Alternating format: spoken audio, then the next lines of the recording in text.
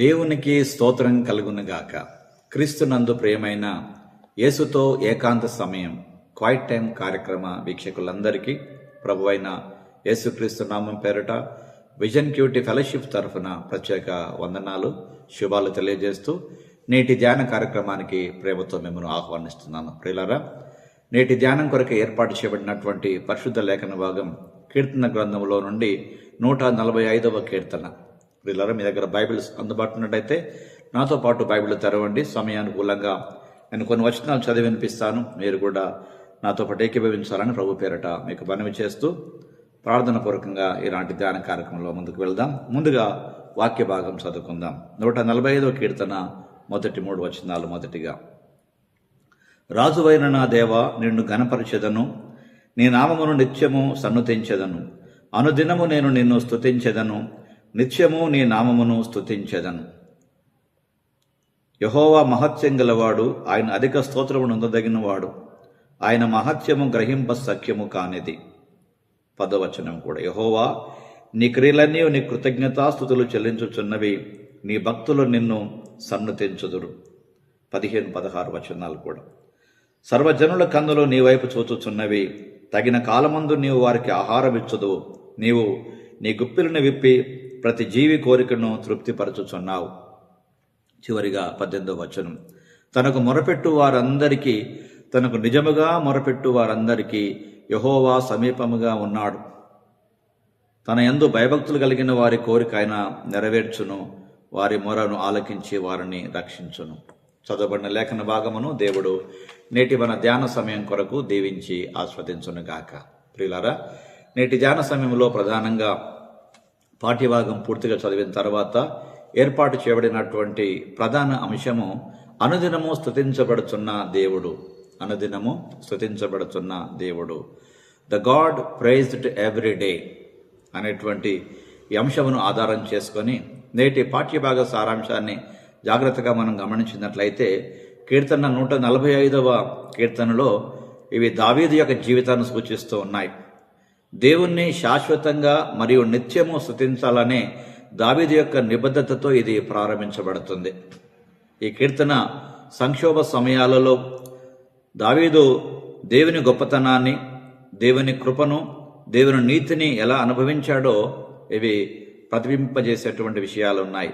కాబట్టి అతనికి సృష్టి మొత్తానికి దేవుని స్తుతించడం అనేటువంటిది, మహిమపరచడం అనేటువంటి ఒక కార్యము, ఇది సహజ కార్యంగా కీర్తనకారుడు జ్ఞాపకం చేస్తున్నాడు ప్రియులారా ఈ పాఠ్యభాగంలో నుండి. కాబట్టి ప్రభు చేత దీవించబడ్డ ప్రతి ఒక్కరూ ప్రభువును స్తుతించుట వారికి ఎంతో ఆశీర్వాదం. ప్రభు సృష్టించబడినటువంటి ప్రపంచాన్ని ఆయన పరిపాలిస్తున్నాడు. తగిన సమయంలో సమస్తము అందరికీ ఆయన అనుగ్రహించే దేవుడై ఉన్నాడు. బలహీనుల పట్ల దయ చూపించేటువంటి దేవుడు. దేవుని కృపను పొందినటువంటి వారు సహజంగానే దేవుని స్తుతించి ఆరాధిస్తారనేటువంటిది గొప్ప సత్యం. నేటి పాఠ్యభాగం ద్వారా ప్రియులారా, దేవుడు మనతో ఆయన ఎవరో జ్ఞాపకం చేస్తూ ఉన్నాడు. 14వ వచనం, 18వ వచనాలు గమనిస్తే దేవుడు బలహీనులను కూడా ఆదరించే దేవుడై ఉన్నాడు. తనకు మొరపెట్టే వారందరి ప్రార్థనలు వినే దేవుడై ఉన్నాడు. వాటికి జవాబిచ్చేటువంటి దేవుడై ఉన్నాడు. కష్ట సమయాలలో ఆయన సహాయం కోరేవారు దావీదు వలె అతని రక్షణ హస్తాన్ని ఖచ్చితంగా అనుభవిస్తారు. దేవుడు నీతిమంతులను నమ్మకంగా రక్షిస్తాడు, దుష్టులకు నమ్మకంగా న్యాయం చేస్తాడు, అనగా తీర్పు తీరుస్తాడు. ప్రియులారా, నేటి పాఠ్యభాగం ద్వారా దేవుడు మనతో మాట్లాడుతున్నటువంటి మాటగా, మనకు నేర్పే పాఠాన్ని జాగ్రత్తగా మనం గమనించినట్లయితే దేవుడు చేసిన గొప్ప కార్యాలను గుర్తుంచుకోవాలి. ఆయన గురించి మనం అనేకులతో మాట్లాడగలగాలి. ఆయన గొప్పతనాన్ని దృష్టిలో ఉంచుకున్నప్పుడు ప్రియులారా, జీవితంలో చిన్న చిన్న సమస్యలపై మనము పట్టు కోల్పోతాం. బదులుగా మన హృదయాలు ఆనందంతో నిండిపోయి ఆయనను స్తుతించి ఆరాధించకుండా ఉండలేవు. ప్రియులారా, నేటి ధ్యాన భాగం ద్వారా మన జీవితానికి అన్వయింపుగా ప్రతిరోజు దేవుని అద్భుతాలను ధ్యానిస్తూ ఇతరులతో పంచుకోవడం ద్వారా నిజముగా దేవుని స్తుతించి ఆరాధించుట మన జీవిత భాగ్యం. ప్రియులారా, ఆయన అనుదినం, ప్రతిదినం, దినదినం నిజముగా స్తుతించడానికి యోగ్యమైనటువంటి దేవుడు. ప్రియులారా, ఈరోజు దేవుడు తన వాక్యం ద్వారా మనతో మాట్లాడుతున్నాడు. ప్రియులారా, మన జీవితాలు నిజంగా దేవుని స్తుతించుటకు, ఆరాధించుటకు నిజముగా శ్రద్ధ కలిగి ఉన్నాయా? అనేకులు ఈ రోజున దేవుని ఆశీర్వాదాల చేత అనుభవిస్తూ వాటిని ఆనందంలో మునిగి తేలుతున్నారు తప్ప వాటిని అనుగ్రహించినటువంటి దేవుణ్ణి పట్టించుకోలేకపోతున్నారు. ప్రియులారా, నిజమైన ఆనందం, సంతోషం అనేటువంటిది ఆ దేవుణ్ణి గుర్తించుట ద్వారా, ఆ దేవునిలో నిలబడి కృతజ్ఞత కలిగి ఉండటం ద్వారా మాత్రమే మనం పొందగలుగుతామని ఈ వాక్యం మనకు జ్ఞాపకం చేస్తుంది. ప్రియులారా, ఈ రోజున క్రైస్తవులు అనుదినం క్రైస్తవులుగా ఉండాల్సింది బదులుగా కేవలం ఆదివారానికి మాత్రమే పరిమితం అవుతున్నారు. అందుకే ఆదివార క్రైస్తవులుగా చలామణి అవుతున్నారు తప్ప అనుదిన క్రైస్తవులుగా చలామణి కాలేకపోతున్నారు. అప్పుడప్పుడు మా సంఘంలో ప్రియులారు మాట జ్ఞాపకం చేస్తూ ఉంటాను. Don't become Sunday Christians but become everyday Christian. ఆదివారం క్రైస్తవులుగా మారకండి, అనుదినం క్రైస్తవులుగా మారండి. ప్రియులారా, ఆరాధన అనగానే అందరికీ జ్ఞాపకం వచ్చేటువంటిది ఆదివారం. ప్రియులారా, ఆదివారము ఆరాధన కార్యక్రమమే, కానీ మర్చిపోవద్దు, అనుదినము దేవుని స్తుతించి ఆరాధించుట మన బాధ్యత, మన భాగ్యం. అది కృతజ్ఞత జీవితానికి ఒక గొప్ప గుర్తింపు. ప్రియులారా, ఈ రోజున ప్రభువారు మనతో మాట్లాడుతుండగా రండి ఒక ప్రార్థన సమయం మనం కలిగి ఉందాం. నిత్యము దేవుని స్తుతించి ఆరాధించేటువంటి కృప దేవుడు మనకు అనుగ్రహించాలని, తద్వారా ఈ కృతజ్ఞత జీవితానికి దేవుడిచ్చేటువంటి అనేక ఆశీర్వాదాలు అందుకోవడానికి కృపచేత నింపబడాలని ఆశిస్తూ ఓ ప్రార్థన సమయాన్ని కలిగి ఉందాం. ప్రార్థన.